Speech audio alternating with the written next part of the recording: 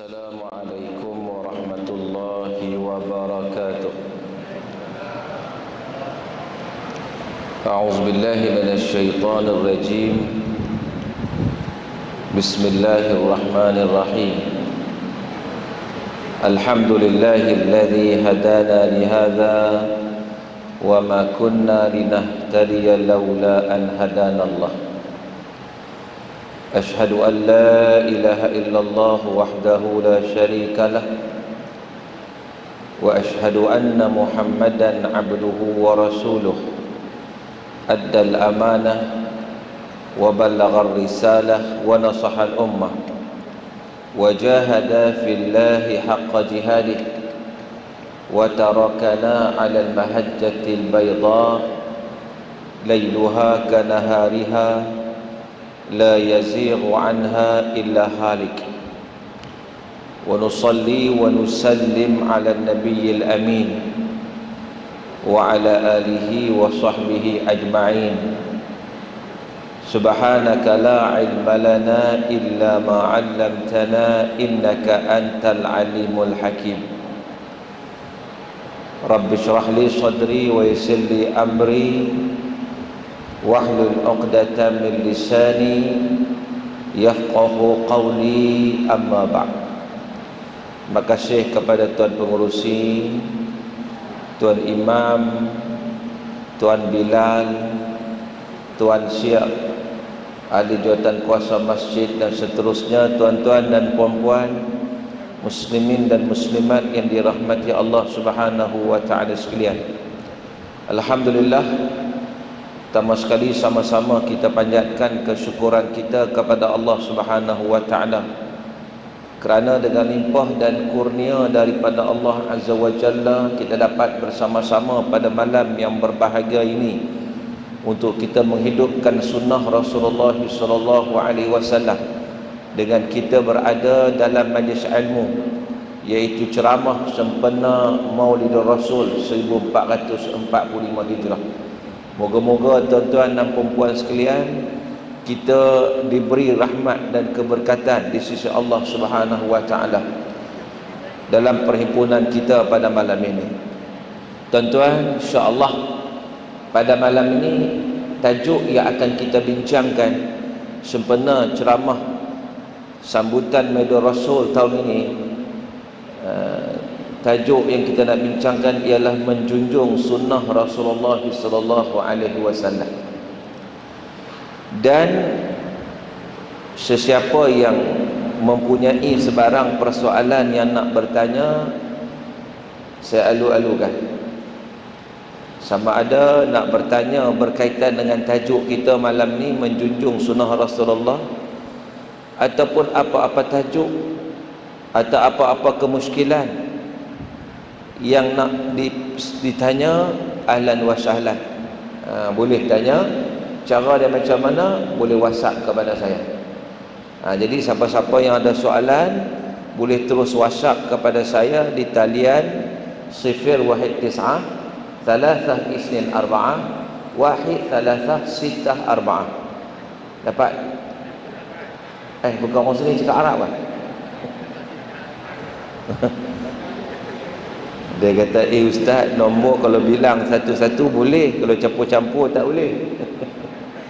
Okey, kita faham. Jadi kalau siapa-siapa ada soalan, sekali lagi saya umumkan, kalau nak bertanya soalan boleh WhatsApp kepada saya terus di talian 019 324 1364. Saya ulang, siapa-siapa nak tanya soalan, saya buka ni WhatsApp saya ni. Siapa-siapa nak tanya soalan boleh terus WhatsApp kepada saya di talian 019 324 1364. Jadi diumumkan dengan rasminya bahawa talian dibuka sekarang. Jadi saya tengok masuk je soalan, saya akan terus respon. Tuan-tuan, apa-apa yang tuan-tuan nak tanya, macam kita sebut tadi, sama ada berkaitan dengan tajuk kita ataupun di luar tajuk pun boleh, insya-Allah. Tuan-tuan, bila mana kita menyambut Maulidur Rasul, ulang tahun keputeraan baginda Nabi SAW. Perkara yang paling penting di sebalik sambutan itu, apa dia? Perkara yang paling penting di sebalik sambutan Maido Rasul adalah sejauh mana kita mengenali Rasulullah dan menghidupkan sunnah Rasulullah dalam kehidupan kita. Dekat situ. Dia bukan sekadar sambutan. Sambutan, buat perarakan, makan-makan, habis. Bukan. Itu pun bolehlah juga. Tetapi what's next? Apa selepas daripada itu? Ada orang kata, Ustaz, kita gembira dengan kelahiran Nabi pun dapat pahala. Betul, dapat pahala, betul. Tetapi lebih dapat pahala bila mana kita menjunjung sunnah Rasulullah SAW dalam kehidupan kita. Seronok sahaja tak cukup. Sebab apa saya kata tak cukup? Baik, antara orang yang paling seronok kelahiran Nabi ni siapa? Abu Lahab. Betul tak? Abu Lahab ni, waktu Nabi lahir, dia antara orang yang sangat seronok. Sebab Nabi ni anak lelaki daripada adik bongsu dia, Abdullah ayah Nabi itu merupakan adik bongsu kepada Abu Lahab. Dapat anak laki-laki dikala adik dia dah tak ada, dah meninggal dunia. Waktu itu pula yang sampaikan berita kepada Abu Lahab hamba dia nama Suwaibah. Bila Suwaibah bagi tahu kepada Abu Lahab cukup happy, Abu Lahab cukup seronok. Hasil keseronokan dia bebaskan Suwaibah. Dia bebaskan Suwaibah. Bukan senang, tuan-tuan. Dia sanggup membebaskan hamba kerana seronok dengan kelahiran junjungan besar baginda Nabi SAW. Tapi persoalannya, cukup ke setakat seronok? Cukup ke? Sedangkan selepas daripada itu, Abu Lahab terkenal sebagai seorang yang menentang sunnah Nabi. Bukan menghidupkan sunnah Nabi, bukan menjunjung sunnah Nabi, tetapi Abu Lahab menentang sunnah Nabi. Tuan-tuan, apa akibat dia? Walaupun dia pernah seronok dengan kelahiran Nabi, Allah turun ayat, tabbat yada abi lahabin wa tabba ma aghna anhu maluhu wa ma kasaba sayasla naran dhata lahabin wa imra'atuhu hammalatal hatab fi jidha hablum min masad. Sadaqallahul azim. Surah khusus yang diturunkan oleh Allah Ta'ala nak bagi tahu Abu Lahab dan isteri dia masuk neraka. Masuk neraka. Waktu ayat ni turun, tuan-tuan, Abu Lahab masih hidup. Masih hidup. Itu yang menunjukkan mukjizat Al-Quran. Al-Quran dah tahu apa yang akan berlaku. Maknanya Abu Lahab confirm mati dah kena kufur. Maka ayat ni turun, Abu Lahab hidup ni. Bila dibaca ayat tersebut, antara yang marah ni bini Abu Lahab. Bini Abu Lahab ni Ummu Jamil. Dia pun dibawa seketui batu. Dia bawa seketui batu, dia pergi cari Nabi SAW. Pergi cari. Sebab apa? Dengan tujuan dia nak ambil batu tu, nak hantar atas kepala Nabi. Tu dia kata mak saudara ni 2 kali 5, 5 kali 2 je dengan pak saudara Abu Lahab ni. Dia cari, dia tak jumpa. Tiba-tiba sampai satu tempat, dia nampak Sayyidina Abu Bakar. Dia pun bertanya Sayyidina Abu Bakar, sebab dia tahu Sayyidina Abu Bakar ni rapat dengan Nabi. Dia tahu Sayyidina Abu Bakar rapat dengan Nabi. Bila dia jumpa Sayyidina Abu Bakar, dia pun tanya, Bakar, kalau orang tahu kata Bakar, mana kawan kamu Muhammad tu? Sayyidina Abu Bakar terkejut. Sebab apa terkejut? Terkejut dengan persoalan Ummu Jamil bini Abu Lahab ni. Sebab waktu itu memang Sayyidina Abu Bakar duduk sebelah dengan Nabi, tapi dia tak nampak. Allah pelihara Nabi, dia tak nampak. Dia tanya Sayyidina Abu Bakar, mana Muhammad? Mau tak heran Sayyidina Abu Bakar, lalu sebelah aku dia tak nampak. Aku geram dekat dia, jumpa ni batu ni aku hentuk kepala dia. Ganas tuan-tuan, ganas. Baik tu Allah istihadah ni Abu Lahab dan juga bini dia masuk neraka. Walaupun mereka pernah gembira dengan kelahiran Nabi SAW, sebab itu tak cukup kita kata gembira saja, sambutan saja tak cukup. Sebab itu yang paling utama dalam kehidupan kita, bagaimana cara untuk kita menjunjung sunnah Rasulullah SAW dalam kehidupan kita. Tuan-tuan, sebab itu nak junjung sunnah Nabi ni nak kena kenal Nabi dulu. Tak kenal maka tak cinta. Bila tak cinta, kita tak ikutlah sunnah Nabi. Kan? Baik tuan-tuan, saya nak tanya tuan-tuan, bila kita sebut sunnah Nabi ni, tuan-tuan boleh bagi tak satu contoh? Satu contoh sunnah Nabi. Cuba bagi satu contoh. Satu contoh ya. Tidur belah kanan. Okey, boleh terima. Janggut. Oh ya, ada orang tak nak janggut rasa hati tu. Orang kata janggut. Dia tengok aku tak nak janggut. Okey, sunnah Nabi janggut lagi. Sugi. Bersugi masa nak solat. Sebab Nabi kata laula an asyqa ala ummati la amartuhum bisiwak inda kulli solah. Kalau tak memberat umat aku, nescaya aku suruh mereka bersugi tak kali nak solat. Okey, lagi? Nikah 4. Amboi. Itu cepat ya.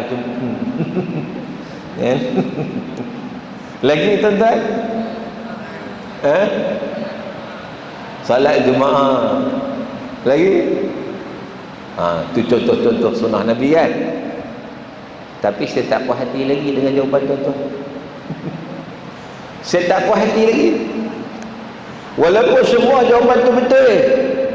Bersugi sebelum sunnah betul. Tapi kadang sunnah tu pun kena laksana sunnah semua lah. Jangan separuh. Bersugi tu cantik dah. Ni dia bersugi kan. Lepas tu dia letak dah ni.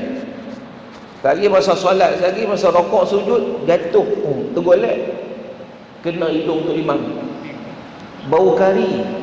Bersin Tok Imam. Ini bukan sunnah lagi dah. Punah ni. Jagalah kebersihan. Baik. Contoh-contoh yang tuan-tuan bagi tadi ni sunnah Nabi yang sunat. Janggut. Sunat ke wajib? Sunat. Tidur atas lambung kanan ni. Sunat ke wajib? Sunat. Bersugi. Sunat ke wajib? Sunat. Makan dengan 3 jari. Sunat ke wajib? Sunat. Tu pun Nabi makan 3 jari makan apa? Makan roti. Ni roti. 3 jari. Okey lah. 3 jari. Makan kurma 3 jari. Kita nasi berani dengan 3 jari macam mana? Bila nak habis? Yang disebut tadi itu sunnah Nabi yang sunat. Kalau hak sunat ni tak buat, dosa tak? Dosa tak? Ni hatta nak janggut ni semua dosa tak? Bukan tengok berani kita dosa. Berani tak dosa kita kata. Oh hak tak bersugi dia sebelum sembahyang dosa tak? Tak dosa. Tapi kalau boleh buat kita buatlah, tapi masih lagi tak dosa. Mengapa kita tak terus datang dalam minda kita sunnah Nabi yang wajib? Instead of yang sunat, sebenarnya yang lebih utama ialah sunnah Nabi yang wajib. Contoh sunnah Nabi yang wajib apa? Ilmu. Nabi kata talabul ilmi faridatun ala kulli muslim. Menuntut ilmu tu wajib kepada setiap individu muslim. Bila kata wajib tuan-tuan, kalau tak buat dosa tak? Dosa tak? Dosa. Pasal dia wajib. Man salaka tariqan yaltamisu fihi ilman sahalallahu lahu bihi tariqan ilal jannah. Siapa yang melalui satu jalan yang padanya dia menuntut ilmu, Allah akan mempermudahkan baginya jalan ke syurga. Jadi maknanya ini sunnah yang wajib. Sallu kama ra'aitumuni usalli. Nabi kata, solatlah kamu sebagaimana kamu lihat aku solat. Wajib ke sunat? Wajib.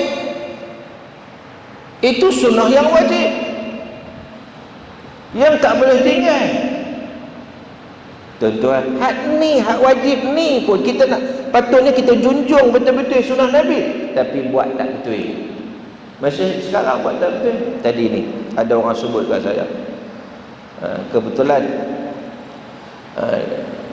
di masjid ada seorang ni, dia masbuk tuan-tuan. Nak cerita ni, hak wajib ni, sunnah Nabi hak wajib ni, betapa orang masih lagi ada masalah. Dia ni masbuk tuan-tuan. Tuan-tuan kata cerita orang lah, cerita saya sendiri, hak saya pernah jumpa sendiri. Orang refer saya banyak juga jenis macam ni, hak saya pernah jumpa sendiri. Sekali itu saya berhenti untuk solat asar, naik kereta balik kerja. Berhenti masjid, orang dah azan, orang dah habis azan, saya baru parkir kereta. Masuk dalam masjid, orang dah takbir dah, takbir haram, lambatlah sikit, terang nak berjalan, masjid adalah besar. Mentera nak sampai tu, kira nak pergi sof depan tu. Saya sampai dia masuk sof, saya pun Allahu Akbar, takbir je, imam rokok. Bila imam rokok, saya ni rokok bersama imam. Sebab apa? Man adraka ruku' ma'al imam falahu raka'ah. Siapa yang sempat rokok bersama imam, dia dapat rakaat. Masa saya tengah rokok itu, ada seorang baru datang. Saya perasan dia duduk sebelah saya. Allahu Akbar, dia takbir. Lepas tu, Tok Imam pun i'tidal. Sami Allahu liman hamidah. Kami pun i'tidal lah. Dia baru rokok. Allahu Akbar, rokok. Lepas pada tu tuan-tuan, bila lepas tahiyat akhir, imam bagi salam, dia pun bagi salam sekali. Saya pun lepas bagi salam, tengok orang sebelah, tengok siap dengan serban, dengan jubah, ni sunnah Nabi semua ni, dengan janggut tu dia. Ni semua hak sebut sunnah Nabi tadi ni. Sunnah jubahnya, sunnah serbannya, sunnah janggutnya, kayu sugi dua atas ni, dengan sunnah suginya, semua ada. Sebab sunnah dah semua ada. Tak apalah, saya takut dia tak perasan. Saya pun tanya dia lepas doa apa semua, tuan nak tanya, ya, tadi pada rakaat yang pertama tadi tuan lewat kan? Saya tanyalah, saya pun tahu saya lewat. Saya ni sempat rokok dengan imam dia. Jadi bila dia lewat daripada saya tu, saya tanya balik tu, tuan tadi lewat kan? Dia kata lewat sikit lah. Saya nak tanya, tuan sempat tak rokok bersama imam? Tuan sempat tak rokok dengan imam? Apa dia kata? Tak sempat. Saya baru nak rokok, imam dah i'tidal. Maknanya dia bukan tak perasan, bukan dia tak ingat, dia ingat.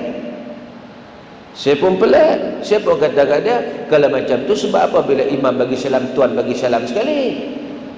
Allah, dia kata selisih sikit ya, bukan banyak mana. Masa saya nak rokok tu, imam baru i'tidal, sikit ya selisih, takkan hak tu pun tak kira. La ilaha illallah tuan-tuan. Maknanya jahil dari sudut sunnah yang wajib, sedangkan sunnah yang sunat semua dia buat, tapi sunnah yang wajib dia tak buat tuan-tuan. Sunnah yang wajib dia fail. Jadi boleh cover dah hak sunat tu? Boleh cover dah? Tak boleh. Punca dia apa? Punca dia sebab tidak ada ilmu. Itu punca dia. Antara punca utamanya sebab tidak ada ilmu. Tuan-tuan yang dirahmati Allah Ta'ala sekalian, ada soalan dah masuk. Assalamualaikum Ustaz. Waalaikumsalam. Saya terima soalan yang pertama. Dia kata, apa pandangan Ustaz muslimat berselawat dan berqasidah atas pentas yang dihadiri oleh muslimin yang ramai dengan menggunakan mikrofon dalam kita menyambut Maulidur Rasul? Sesuai ke tak sesuai ni? Ikut sunnah Nabi ke tak ni? Tuan-tuan, orang perempuan boleh tak berselawat? Boleh. Orang perempuan boleh tak berqasidah? Boleh. Orang perempuan boleh tak menyanyi nasyid? Boleh. Tetapi biarlah di kalangan orang perempuan. Timbul persoalan, ustaz, suara orang perempuan ni aurat ke tak? Timbul persoalan, suara orang perempuan aurat ke tak? Jawapan dia, suara orang perempuan dia bukan aurat. Kalau aurat nak kena tutup, terus cakap. Sedangkan selepas kewafatan Nabi SAW, Aisyah radhiyallahu anha jadi guru kepada para sahabat, bagi ceramah lagi, mengajak para sahabat, mana bukan aurat dah, tak kena tutup, boleh buka, boleh bercakap lah. Tetapi betul, suara perempuan bukan aurat, tetapi suara perempuan tidak boleh dilenggang-lenggokkan di hadapan orang yang bukan mahram. Itu syarat dia. Nak lenggang-lenggok, tarik lagu lepas semua, yang bila orang dengar tu lembut lutut. Siapa suara sedap sangat ni, ya Allah, dia tengok, janda. Tu dia mula. Siapa ni? Tuan-tuan, jadi maknanya fitnah boleh berlaku. Sebab itu sebahagian ulama tidak membenarkan. Takut fitnah. Zaman sekarang pula zaman fitnah. Nak buat di kalangan kaum perempuan tak apa, bila depan orang lelaki-lelaki ni bahaya. Kalau ceramah tak apa, sebab dia suara betul tu ya, cakap betul ya. Ni suara hak tarik, suara bubuh lagu punya, dia punya lenggang-lenggok bagus punya. Maka dengan sebab itu sebahagian ulama melarang. Jadi kita jagalah benda-benda seumpama ini, tuan-tuan dan rahmati Allah Ta'ala sekalian. Baik, kita sambung cerita kita. Sunnah ni sebenarnya apa? Tajuk kita menjunjung sunnah Rasulullah. Baik, sunnah tu apa sebenarnya? Sunnah ni jalan. Jalan siapa? Jalan Rasulullah. Baik, dari sudut ta'rif dia, istilahi dia, sunnah ni apa? Antara yang disebut oleh para ulama, antara ma usnida ila rasul min qawlin au fi'lin au taqrir. Sunnah itu sesuatu yang disandarkan kepada Nabi, sama ada perkataan, perbuatan ataupun pengakuan atau persetujuan junjungan besar baginda Nabi SAW, maka itu adalah sunnah. Ma usnida ila rasul, sesuatu yang disandarkan pada Nabi, hak Nabi bercakap, hak Nabi sebut apa, itu sunnah. Hak Nabi buat, sunnah. Hak Nabi tak buat, sahabat buat tapi Nabi tak larang, sunnah. Contoh yang pertama, sunnah qauliyah. Sunnah qauliyah ni maknanya sunnah hak Nabi bercakap, perkataan Nabi. Contoh apa? Kita buka hadis 40 kan, yang terkenal hadis 40 kan. Al-Imam An-Nawawi rahimahullah susun. Mula-mula hadis itu kita tengok Nabi sebut apa? Innamal a'malu binniyat wa innama likulli imri'in ma nawa. Faman kanat hijratuhu ila Allah wa rasulih fahijratuhu ila Allah wa rasulih. Wa man kanat hijratuhu lidunya yusibuha aw imra'atin yankihuha fahijratuhu ila ma hajara ilaih. Sadaqa Rasulullah sallallahu alaihi wasallam. Nabi kata apa? Nabi kata sesungguhnya setiap amalan itu mesti berasaskan kepada niat, dan setiap orang atas apa yang dia niatkan. Tuan-tuan, ini hadis Nabi ini sunnah. Sebab tu niat itu adalah sunnah. Bahkan niat ini merupakan sunnah yang wajib dalam ibadat. Kita ambil wudu, wajib niat tak? Wajib tak? Wajib. Kita solat, wajib niat tak? Wajib. Kita bayar zakat, wajib niat tak? Wajib. Kita tunai haji, wajib niat tak? Wajib. Maknanya niat ini wajib, sunnah yang wajib. Dan niat ni tuan-tuan dia merupakan rukun kepada ibadah. Kita ambil contoh wuduk ni rukun dia ada berapa? Saya tanya bila malam ni kita buat revision ya. Rukun wuduk ada berapa? Ha? 4 kali 5? 4 kali 5? 4 kali 5? Dia confuse lah, confuse. 2 ada lagi jauh lagi. 6 4 disebut dalam Quran. Idza qumtum ila shalah faghsilu wujuhakum wa aydiyakum ila al-marafiq wamsahu bi ru'usikum wa arjulakum ila al-ka'bain. Bila mana kamu nak tunaikan salat, yang pertama kata Allah, basuh muka kamu. Pertama, yang kedua, basuh tangan sampai ke siku. Yang ketiga, sapu sebahagian kepala. Bukan rambut lah, kepala. Ini pun orang confuse juga ni. Ini pun kelang kabut tuan-tuan. Dalam Quran kata sapu kepala, bukan sapu rambut. Bukan ke sapu rambut. Yang kita sapu rambut tu sebab rambut tu kawasan kepala. Betul sapu dia. Tapi kalau rambut luar kawasan kepala tak boleh. Orang rambut panjang, perempuan duda sampai ke pinggang. Kalau sapu rambut, senangnya dia ambil ujung rambut dia cecah dalam polah. Tak tu. Sah tak? Tak sah. Tak boleh. Sebab dia bukan sapu rambut. Dia sapu kepala. Rambut di kawasan kepala tak apalah. Ya. Kemudian apa lagi? Basuh kaki sampai ke buku lali. Itu disebut dalam Quran 4. Ada 2 lagi. Apa 2 tu? Nak tahu kita sambung selepas ini insya-Allah. Sebab dah masuk waktu Isyak. Jadi kita bagi laluan dulu untuk azan Isyak dikumandangkan. Sambil-sambil itu kalau tuan-tuan ada soalan boleh WhatsApp pada saya. InsyaAllah lepas azan Isyak nanti kita sambung perbincangan kita. So rehat lebih dahulu, jangan ke mana-mana. Kita sambung selepas ini. Baik tuan-tuan muslimin dan muslimat yang dirahmati Allah Subhanahu wa taala sekalian, kita sambung perbincangan kita.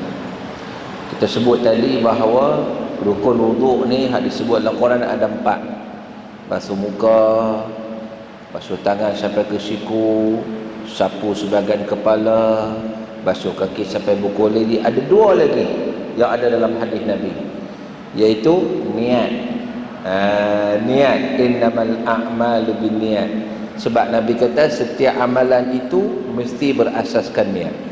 Kalau kita basuh muka tu kita niat wuduk, maka jadi wuduk.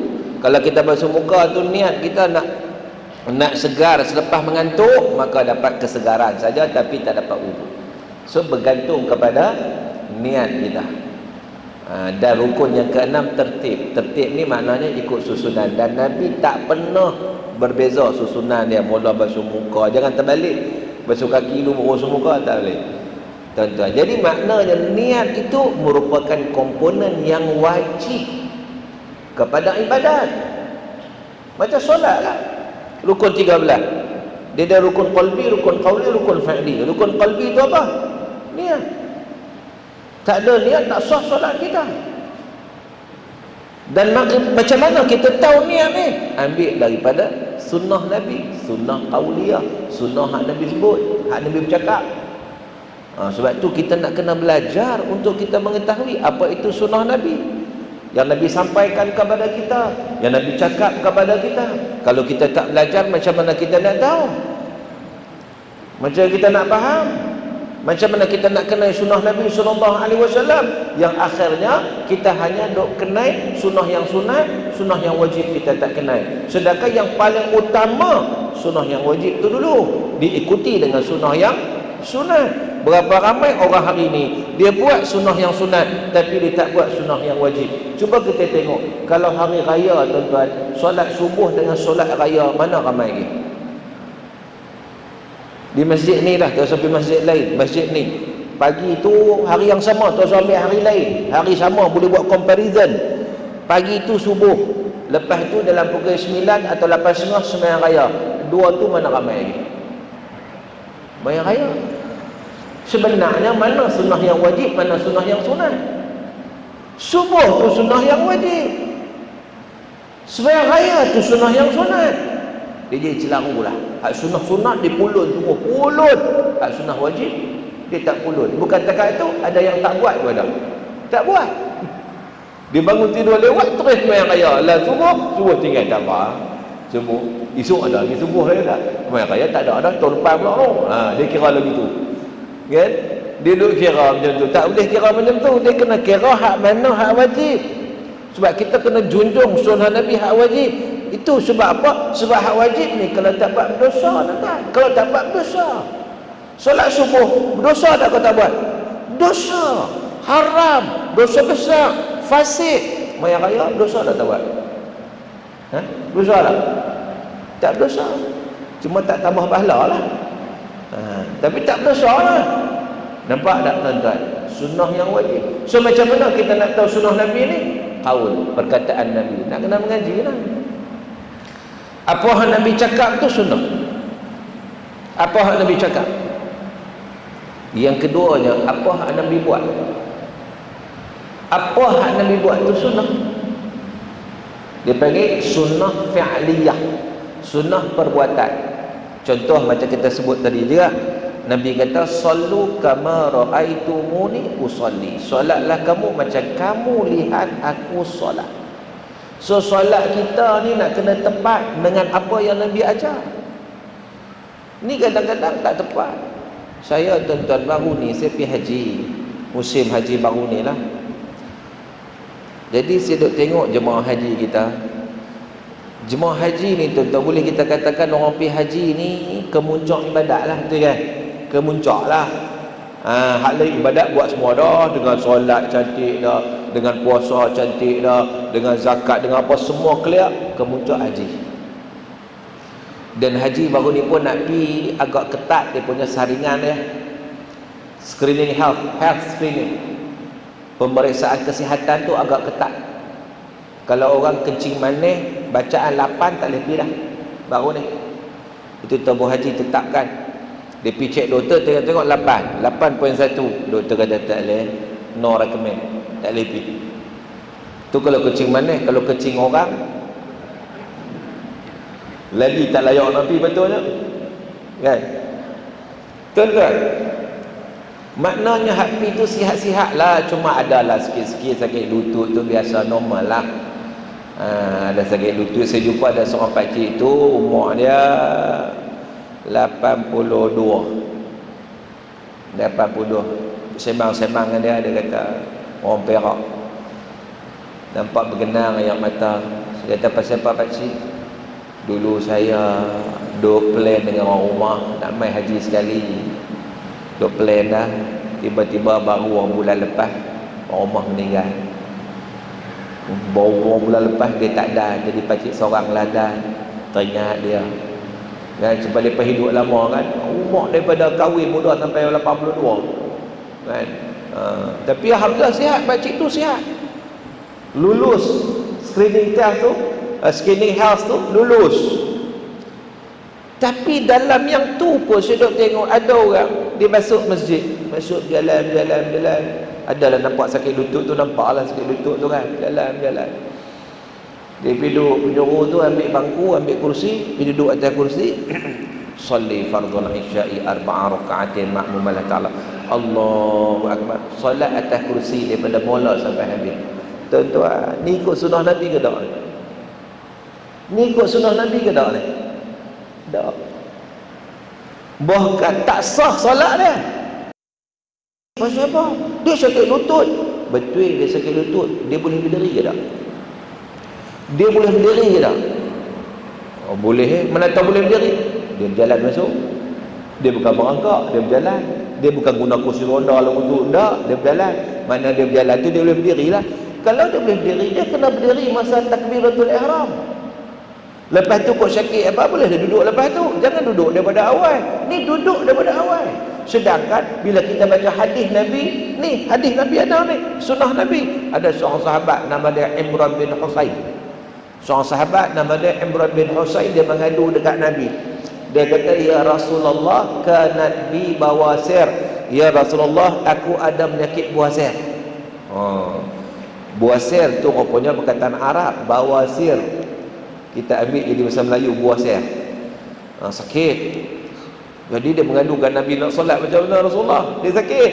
Nabi kata apa? Salli qa'iman, solatlah kamu dengan cara berdiri. Nabi tahu dah dia sakit, Nabi tahu, tapi Nabi kata kalau boleh berdiri hang kena berdiri. Solat fardu. Wa in lam tastati', kalau kamu tak mampu berdiri, faqa'idan, baru solat cara duduk. Mana ikut step. Solat fardu dia tak boleh pilih, solat sunat boleh pilih. Solat sunat walaupun kita mampu berdiri, kita nak duduk tak apa. Sebab Nabi sebut dalam hadis yang lain, salatul qa'id nisfu ajril qa'im. Solat secara duduk dapat pahala separuh daripada solat secara berdiri. Itu bagi solat sunat. Solat wajib tak boleh. Tuan-tuan bayang, tuan-tuan, orang pergi haji sembahyang masih tak sah. Itu macam mana? Punca dia apa? Punca dia tak faham sunnah Nabi. Tak faham sunnah perbuatan, nak buat macam mana, nak solat macam mana, nak rokok macam mana, nak akidah macam mana, nak berdiri macam mana. Semua ni nak kena belajar. Kalau tidak nak junjung sunnah macam mana, junjung pun jatuh sebab tak tepat. Itu sunnah fi'liyah. Yang ketiga, sunnah takririyah.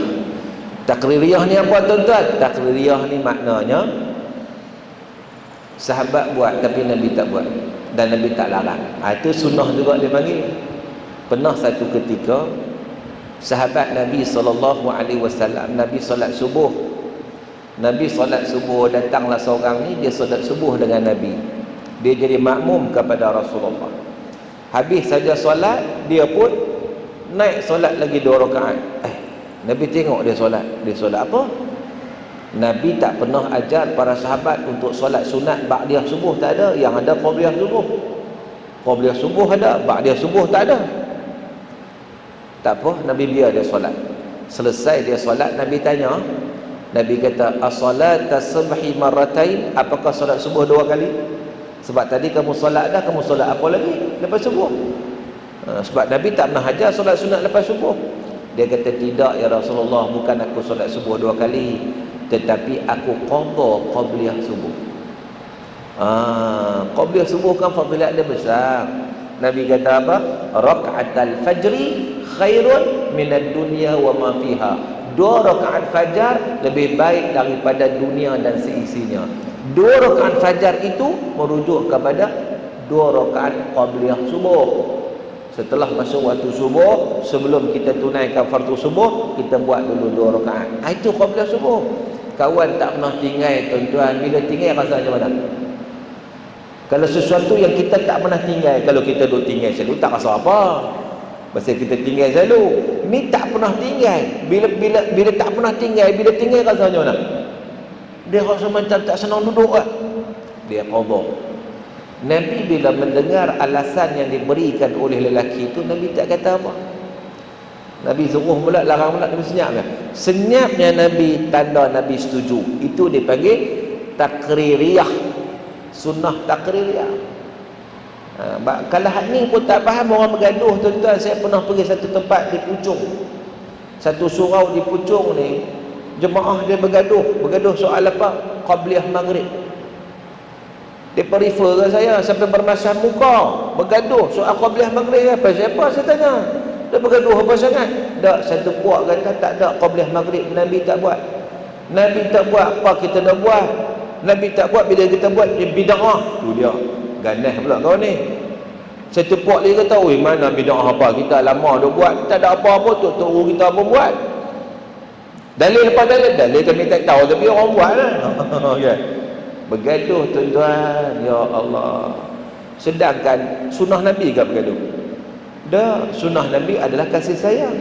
Sunnah Nabi adalah persaudaraan. Innamal mu'minuna ikhwah, orang beriman ni bersaudara. Baik. Sebenarnya depa tak tahu sunnah Nabi, tak faham pun. Hak kawan kata, "Oh, Nabi tak nak buat, jangan dok buat, tak boleh bidah." Dia pun tak ngaji pun, dia tak tahu pun. Memang betul Nabi tak nak buat. Tidak ada riwayat hadis yang kata Nabi buat qabliyah maghrib ni.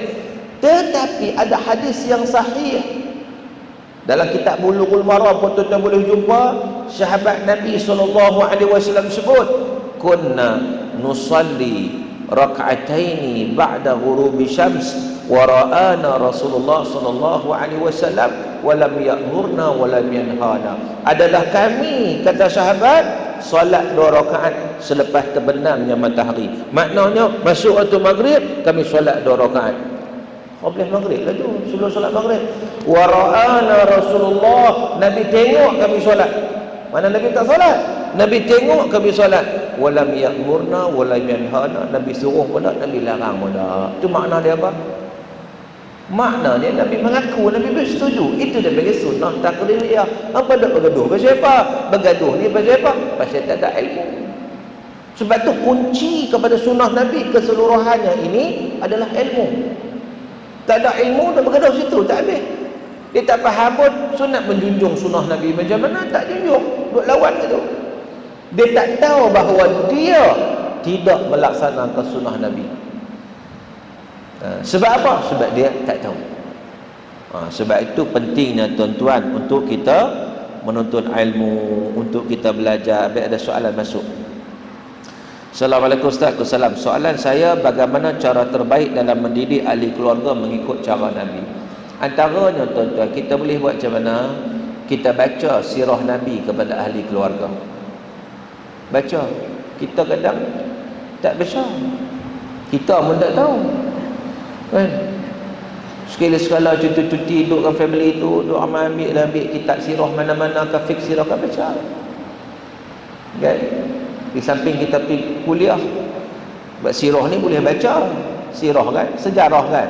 Nak kenal Nabi, nak kenal perawakan Nabi, nak kenal akhlak Nabi, nak kenal perjalanan hidup Nabi, kan? Tuan-tuan yang dirahmati Allah Ta'ala sekalian, mana nak kenal? Sebab tu sahabat Nabi sendiri, contohnya Asma binti Abu Bakar. Siapa Asma binti Abu Bakar? Anak Sayyidina Abu Bakar lah. Ketika mana dia berhijrah ke Madinah, dia lah kena syarat mengandung. Lepas tu sampai dia Quba, dia lahir anak. Anak dia nama Abdullah bin Zubair. Anak dia ni tuan-tuan, yang kata Asma ni, dia didik dengan perjuangan. Hari-hari dia cerita kepada anak dia tentang jihad Nabi, tentang perjuangan hidup Nabi. Budak 7 tahun, dia cerita pasal Nabi, Rasulullah. Sampai semangat kawan tu dahsyat. Satu hari dia minta izin daripada mak dia nak bertemu rakan-rakan dia. Mak dia pun izin lah, budak 7 tahun. Dia pun keluar jumpa rakan-rakan sebaya dengan dia, yang umur 7 tahun, yang umur 8 tahun, yang umur 6 tahun. Selepas itu dilihat dia membisikkan sesuatu kepada rakan-rakan dia. Orang nak tengok apa ni, mereka ni budak-budak ni. Tiba-tiba satu rombongan kanak-kanak menuju ke rumah Rasulullah sallallahu alaihi wasallam. Orang tua heran, apa budak-budak ni nak buat? Demonstrasi ke apa lah?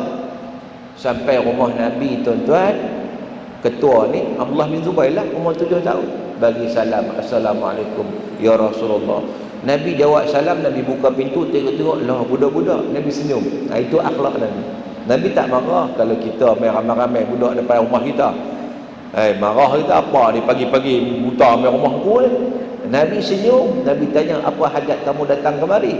Maka budak ni yang diketuai oleh Abdullah bin Zubair di umur 7 tahun, dia tampil ke hadapan, dia kata, ya Rasulullah, kami rombongan kanak-kanak datang bertemu denganmu ya Rasulullah, sebab kami nak berbai'ah, kami nak berjanji setia untuk turut serta dalam jihad di jalan Allah Ta'ala. Tuan-tuan, umur 7 tahun ada semangat jihad. Kita kadang-kadang umur 70 tahun semangat jihad. Tak ada lah jihad-jihad, tak kenal pun Nabi SAW. Jadi maknanya yang ni kita nak kena garapkan, nak kena cerita kepada anak-anak. Soalan kedua Ustaz, Nabi pernah menegur sahabat sebab mengikut bacaan bersama imam dalam solat, mengganggu imam. Kita ni dalam Quran kata apa? Wa idza quri'al Quran fastami'u lahu wa ansitu. Bila dibaca Quran kena dengar dan diam. Bila imam baca Fatihah kita kena dengar, makmum ni. Lepas imam baca Fatihah, habis Fatihah barulah kita baca. Sebab Nabi kata la salata liman lam yaqra bi Fatihatil kitab. Tidak sah solat melainkan kena baca Fatihah. So kita baca makmum. Bila habis kita baca, kita kembali mendengar bacaan imam. Cukup kita dengar. Tak perlu kita nak baca juga. Kalau kita nak baca juga boleh, kita menjadi tu imam. Boleh lah. Assalamualaikum. Waalaikumsalam. Ustaz, nak bertanya, misal saya sedang solat isyak secara jemaah, tetapi pada rakaat kedua saya terlupa membaca Fatihah dan sedar yang saya lupa baca pada rakaat ketiga, dan apabila imam bagi salam saya menambah satu rakaat lagi. Adakah benar tindakan saya ini? Baik, dalam salah satu rakaat tu dia terlupa Fatihah. Dia solat sama imam, dia terlupa baca Fatihah. Fatihah itu rukun. Rakaat ketiga, contoh dia sebut dia rakaat ketiga. Semua 4 rakaat. Rakaat ketiga dia bangkit, dia diam. Dia senyap. Dia tak baca apa. Tiba-tiba imam rakaat dia berrakaat. Pasal apa? Waktu tu dia tengah khayal, dia duduk fikir benda lain. Dia main pemikiran dia, kan? Masa tahiyat akhir baru dia teriak, "Loh, aku tadi rakaat ketiga tadi aku tak baca Fatihah." Bila imam bagi salam, dia kena tambah satu rakaat lagi. Cover balik. Dia kena tambah satu rakaat lagi. Itu cara dia, betul lah cara itu. Baik. Ustaz, saya semayang tapi saya tak tahu maknanya yang saya baca adakah diterima amalan. Tak tahu makna ni menyebabkan kita kurang khusyuk. Nak khusyuk kita kena tahu makna, terutama yang basic-basic. Tuan-tuan bayangkan surah Fatihah tu hari-hari kita baca. Surah Fatihah pun tak tahu makna, berat lah. Surah Fatihah pun tak tahu makna, tak tahu lagi. La ilaha illallah, dah berapa puluh tahun dah sembahyang, tak tahu lagi, tak tahu. Jadi macam mana kita nak khusyuk? Mengetahui makna bacaan itu membantu kita untuk khusyuk. Sedangkan khusyuk itu merupakan sunnah Rasulullah SAW, dan khusyuk itu pemangkin ke arah berjayanya kita di hari akhirat kelak. Allah sebut apa? Qad aflahal mu'minun alladzina hum fi salatihim khashi'un. Beruntung, berjayalah orang yang beriman. Siapa? Yang khusyuk dalam solat mereka. Jadi itu adalah cara nak khusyuk. Jadi kita pertingkatkanlah, pertingkatkan usaha kita. Lepas ni kita cuba faham. Assalamualaikum Ustaz. Wassalam.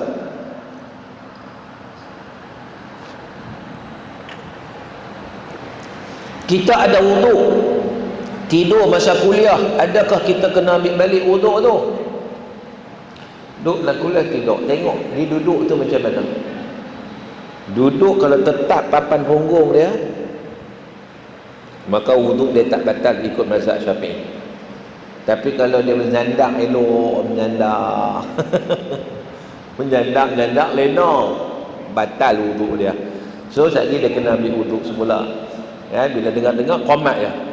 Sepanjang orang duduk kuliah duduk tidur. Letih sangat, buat macam mana letih sangat.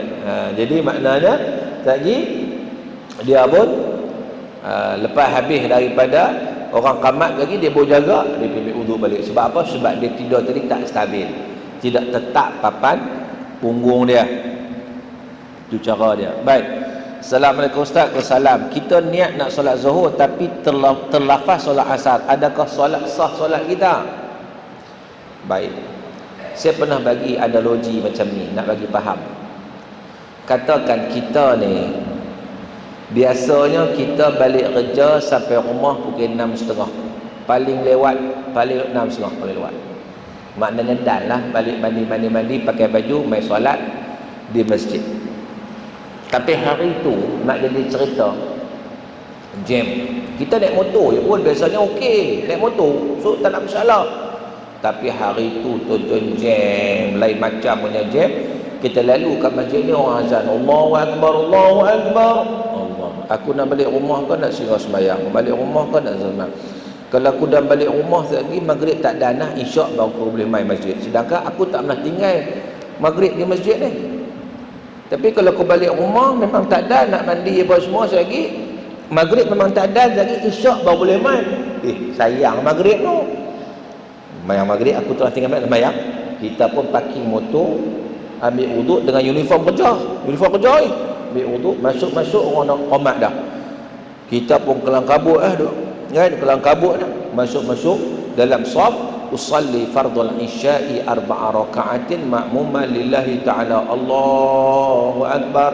Solat maghrib 3 rakaat. Solat maghrib 3 rakaat. Lepas bagi salam, kawan sebelah tegur, tuan, tadi tuan solat isyak Kita buat tengok muka dia, buat muka tak bersalah. Solat isyak apa? Maghrib. Isyak tak masuk lagi. Tak, tadi saya dengar tuan solat isyak. Ish, mana solat isyak ni? Uniform kerja. Saya tak sampai di rumah lagi ni, uniform kerja. Biasanya saya balik rumah dulu berumai. Hari ni saya lewat, lepas tu saya dengan uniform kerja, saya sembahyang maghrib ni, saya pergi balik pandang isyak sampai pula. Dah, saya dengar tadi tuan niat isyak. Mana niat isyak? Dia pun ambil handphone, dia buka. Saya rakam tadi, dia kata. Zaman lah kan zaman teknologi, dia rakam. Dia pun tekan balik. Tekan-tekan, dengarlah kita baca. Usalli fardul isya'i 4 raka'atin ma'muman lillahi ta'ala. Allah. Sah tak sembahyang kita? Sah tak sembahyang kita? Sah ke tak? Jawapan dia sah. Sebab apa sah? Sebab hati kita memang duk ingat maghrib. Mulut tu tersasul tersebut isyak. Hak mulut tak kira, dikira hak ada dalam hati. Sebab hati kita mati-mati ingat maghrib. Memang kita ingat maghrib sebab nak sembahyang maghrib. Tapi mulut tersebut isyak tu tak sengaja dia panggil. Hak mulut tu tak dikira, hak dikira dalam hati. Itu. Faham tak? Faham konsep dia. Ustaz, nak tanya apa yang patut digunakan pada duit yang disedekahkan pada ahli keluarga pada hari kematian? Duit yang orang bagi pada hari mati itu bukan duit si mati ya. Sebab si mati dah tak ada dah. Si mati ni once dia mati, segala harta dia baru tu duit si mati yang patut diperaitkan. Tapi bila dia lepas mati, orang maziarah, bila maziarah orang bagi itu kepada keluarga si mati untuk menanggung ataupun meringankan beban, kan? Jadi nak buat apa, terpulang kan? Terpulang dia balik bincang kan ni duit ni, tengok banyak orang bagi, dah berapa ribu orang ni, orang dah masuk banyak ribu orang ni, kan? So nak buat apa? Bincang dia beradik sebab itu sedekah orang bagi untuk keluarga pada waris. Jadi maknanya dia tidak ada satu ketetapan yang khusus. Tidak ada satu ketetapan yang khusus. Jadi bincang adik-beradik lah nak buat apa duit tu. Assalamualaikum Ustaz. Waalaikumsalam. Soalan saya, macam mana saya nak tegur kesalahan orang yang lebih tua daripada saya? Nak tegur ni, tegur tu maknanya dakwah lah.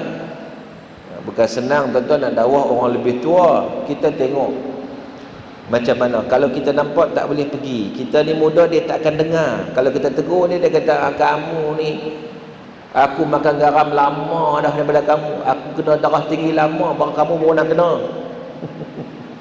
Payah nak terima. Kalau kita nampak dia payah nak terima, kita bagi tahu orang yang dia hormat. Kita minta tolong orang yang dia respect untuk sampaikan.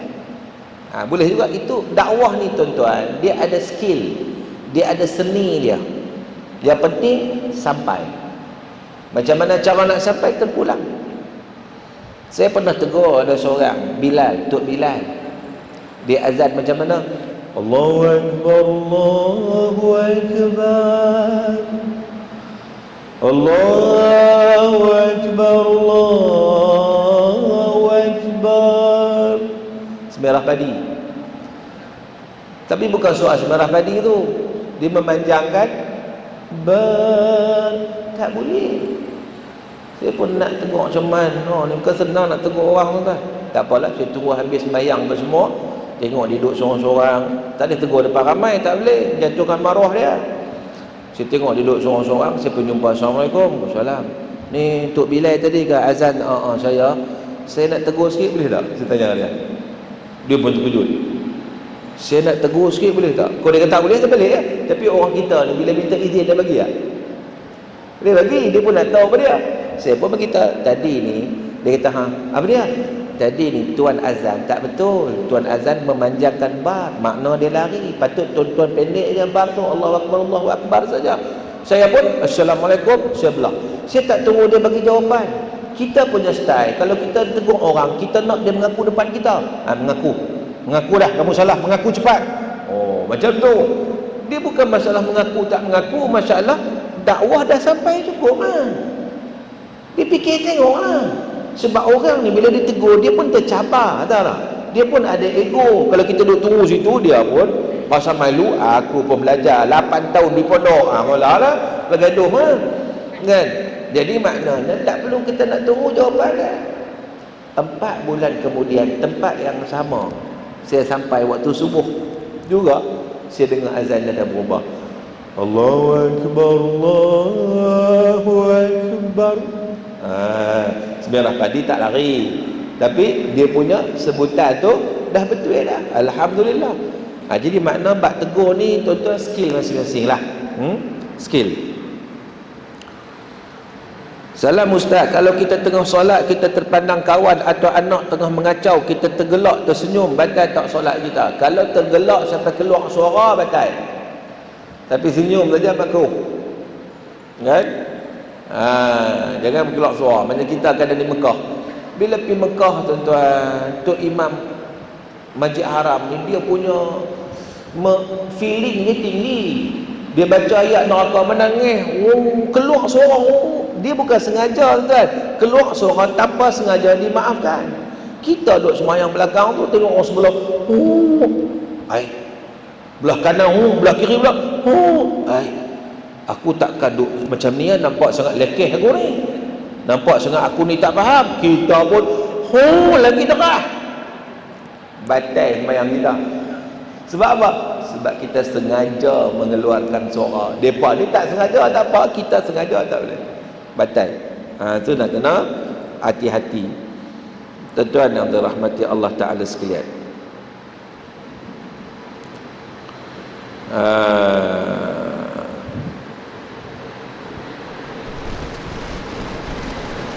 Itu je soalan yang masuk pada saya.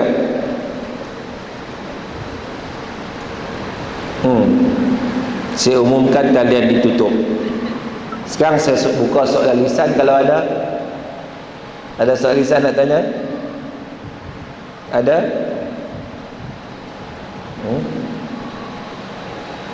Tak ada? Kalau tak ada, kita sekadar itulah tuan-tuan. Dah sejam lebih dah tu, cukuplah kat Bismillah dah. Kita ni ceramah ni orang kata cah bateri ya. Untuk selebihnya, untuk kita faham lagu sunnah Nabi, kita kena buka kitab lah. Kita kena hadiri istiqamah dalam majlis-majlis ilmu, tuan-tuan. Bila kita istiqamah dalam majlis-majlis ilmu, insya-Allah waktu tu kita akan lebih faham sikit demi sikit, dan kita akan menjunjung sunnah Rasulullah sallallahu alaihi wasallam. Jadi ceramah yang kita adakan di semasa ke semasa, ceramah maulid dan sebagainya, nak bagi semangat kita balik, nak membuka minda kita balik, nak buka kepahaman kita balik, supaya kita mempunyai kekuatan untuk apa? Untuk terus beristiqamah di jalan menuntut ilmu, dan juga nak menjunjung sunnah Rasulullah sallallahu alaihi wasallam dalam kehidupan kita. Jadi saya rasa tuan-tuan, cukuplah sekadar itu perbincangan kita. Moga-moga insya-Allah sikit sebanyak yang kita bincang diberkati dan dirahmati oleh Allah. Apa yang baik datang daripada Allah, salah silap saya pemaaf. Sekian aqulu qauli hadza wa astaghfirullahal azim li wa lakum, wabillahi taufiq hidayah. Wassalamualaikum warahmatullahi wabarakatuh. A'udzubillahi minasyaitonir rajim. Bismillahirrahmanirrahim. Alhamdulillahirabbil alamin, wassalatu wassalamu ala asyrafil mursalin wa ala alihi washabbihi ajma'in. Allahumma ij'al jam'ana hadza jam'an marhuma wa tafarruqana min ba'dihi tafarruqan ma'suma. Allahumma faqihna fid din wa 'allimna at-ta'wil. Allahumma atina afdhala ma tu'ti 'ibadaka salihin. Rabbana 'alaika tawakkalna wa ilaika anabna wa ilaikal masir. Rabbana atina fid dunya hasanah wa fil akhirati hasanah wa qina 'adzaban nar. Wa sallallahu ala sayyidina Muhammad wa ala alihi wa sahbihi wa baraka wa sallam. Walhamdulillah rabbil alamin. Taqabbalallahu minkum.